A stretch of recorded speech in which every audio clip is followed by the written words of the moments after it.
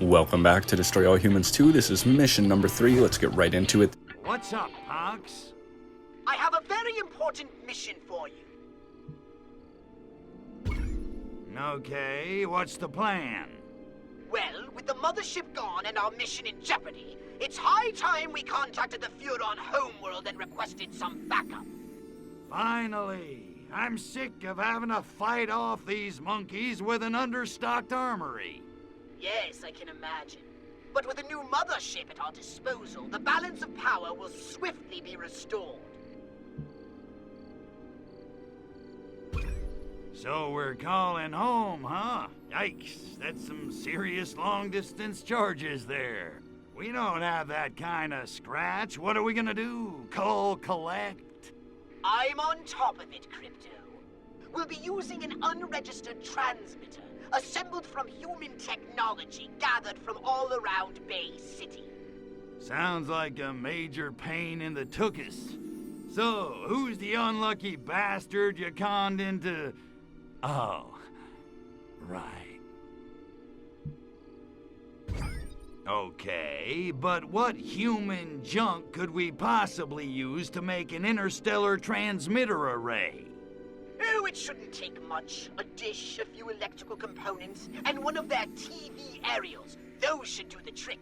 When you're finished, just make sure you install it somewhere high up off the ground. Bonanza's on tonight, and we don't want any interference during the transmission. Alrighty, now for the first part of the mission. Basically, you have to go around and collect these 4 pieces of technology, and then you also need to use them to kill hippies. Now, there is a limited amount of the hippies around, and as you do this, you're also going to gain a wanted level. Now, what ended up happening to me was I got the first 3 objects, and mind you, you can't take the first object and go kill a bunch of hippies with it. It has to be 1 hippie per object, a total of 4, and after you do that, you will successfully complete it.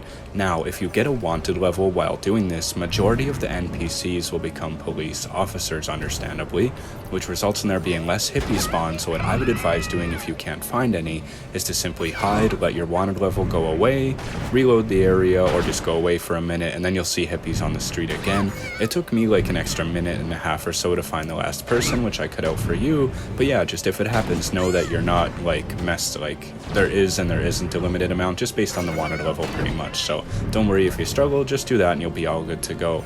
But yeah, this mission's pretty fun, honestly. You know, it's really chill. It's only the 3rd one, so understandably, you know, not a huge ask of you.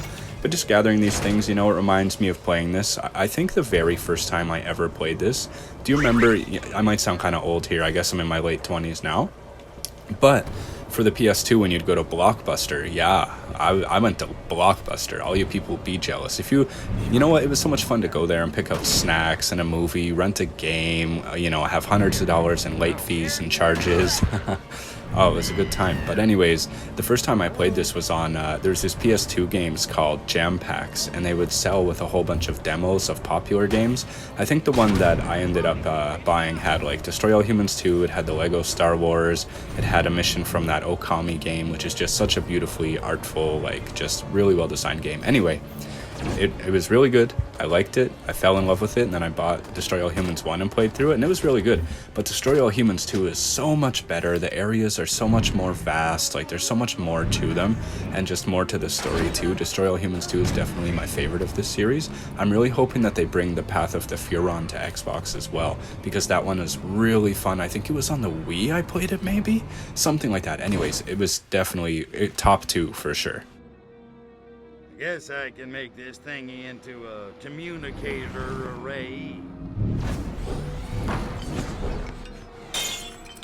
Now, what do I use for a quantum spin resonator? Aha! Yeah, this doohickey ought to work, as long as it doesn't fall off. Now for the, what the hell is this? They call this a particle burst accelerator? The sensor cell connects to the focal plane connects to the plasma beam. I know you're waiting for me to sing the damn song, but I ain't doing it. I got standards. They may not be high, but I got them. Also, we couldn't get the rights.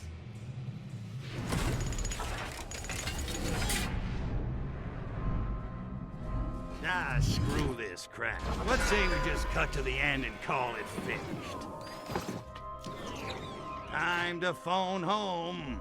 Bada bing, bada boom.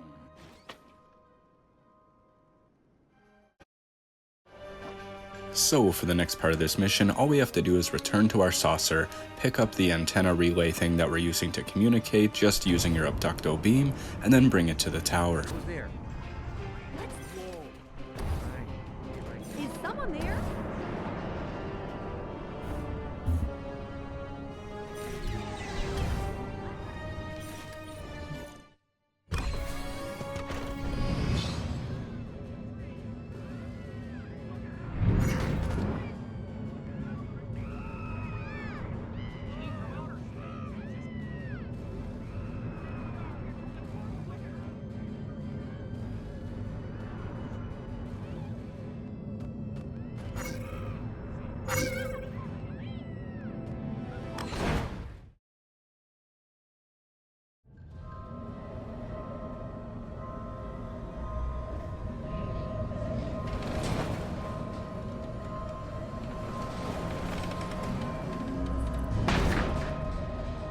Crypto, Orthodox here. Excellent work getting the transmitter into position. You're becoming almost competent. I'll begin transmission immediately. Keep the area clear of any potential interference. Yes, sir, Poxy, sir. Look, I got my end covered. Just get me some backup ASAP. I don't want to rot on this mud ball forever. You needn't soil yourself, my cantankerous dominion. I have no intention of ending my illustrious career as a fleet commander of the Furon Empire on this execrable boondock of a planet. We'll be out of here in nanoseconds. Ah, you see? Someone on the Furon homeworld has already picked up our transmission. Come in, please. I say again, this is Space Traffic Control. Your signal has been received. Come in, please. Yes, hello. This is Orthopox 13 of the Furon Empire transmitting from Sol 3. Say again? Orthopox 13 of the Furon Empire.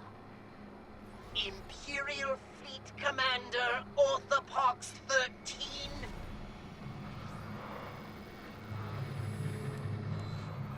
Never heard of you.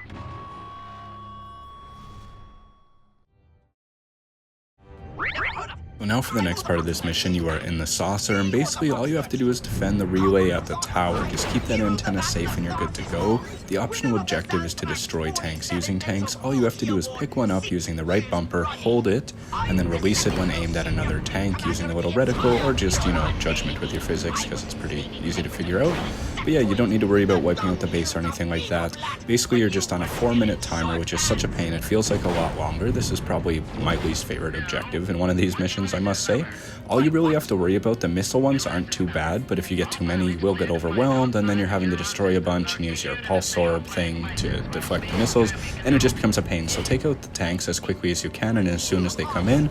But anyways, the main threats are the ones with the lasers. Those ones can attack the relay from a distance and do damage, so constantly make sure that you're going from group to group so that they're not just melting the health of the tower. Keep an eye on your health bar, and then once you do it long enough, this will occur. The sacred Consular. That's incredible news, Box. I'll dispatch a mothership immediately to retrieve you and the DNA. Ah, well, yes. And the thing of it is, actually, the DNA storage containers are gone. Gone? What do you mean they're gone? Well, they were in the mothership when it was, destroyed.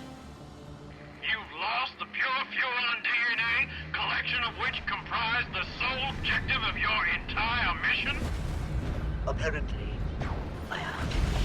And now you want me to authorize another mothership out to Sector 13 just to pick you up? No, Admiral, perish the thought. But you see, with a new mothership, I can restock the DNA storage chambers in no time at all. Perhaps you can. On the other hand, perhaps another fleet commander can restock the DNA storage chambers without getting his mothership blown to quarks. Then upon the completion of this cutscene, you will see the end of the mission, and you will be all good to go. On to mission number 4. I will see you there.